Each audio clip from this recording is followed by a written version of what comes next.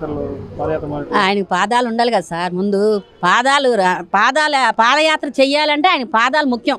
ఆ పాదాలు మా మహిళలు ఉన్నాం చూసారా, మా మహిళలందరం కలిసి ఆ 2 పాదాలు తీసేస్తాం ముందు. బయటికి అతను రావాలి కానీ ఎప్పుడు వస్తాడా అని ఎదురు చూస్తున్నాం మేము కూడా.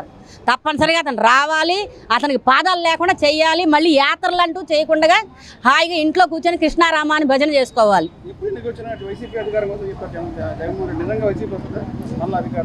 నిజంగా వస్తుందండి. ఇప్పుడు 11 సీట్లు వచ్చాయి, ఆ పక్కన 1 తీసేస్తే 1 వస్తుందో లేదో అది గ్యారంటీ లేదు.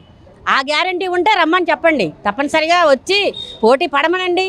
పడిన తర్వాత ఆ 11 సీట్లలో 1 సీట్ వస్తుందో 11 సీట్లే వస్తుందో చూద్దాం. చూస్తున్నారు కదా సార్, ప్రతి దీంట్లో కూడాను తెలుగుదేశం పార్టీ ఎంత ఇదిగా డెవలప్ చేస్తుందో. అమరావతి కానీ మనకి రీసెంట్గా పొట్టి శ్రీరాములు గారి విగ్రహాన్ని స్థాపించి అమరావతిలో తయారు చేసి పెట్టారు.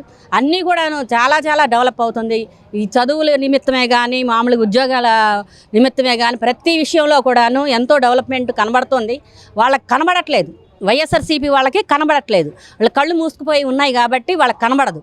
వాళ్ళు వచ్చి మళ్ళీ ఇంకా ఈ దేశాన్ని, ఈ ఆంధ్రప్రదేశ్ని అధోగతి చేద్దామని చెప్పి మళ్ళీ వద్దామని చెప్పి చూస్తున్నారు. రావాలి, ఈసారి రావాలి, వాళ్ళకు ఉంటుంది తప్పనిసరిగా. గతానికి ఇప్పటికీ చాలా చాలా చాలా మార్పులు వస్తున్నాయి సార్. ఆ మార్పుల్లో మీరు కూడా గమనిస్తూనే ఉన్నారు కదా.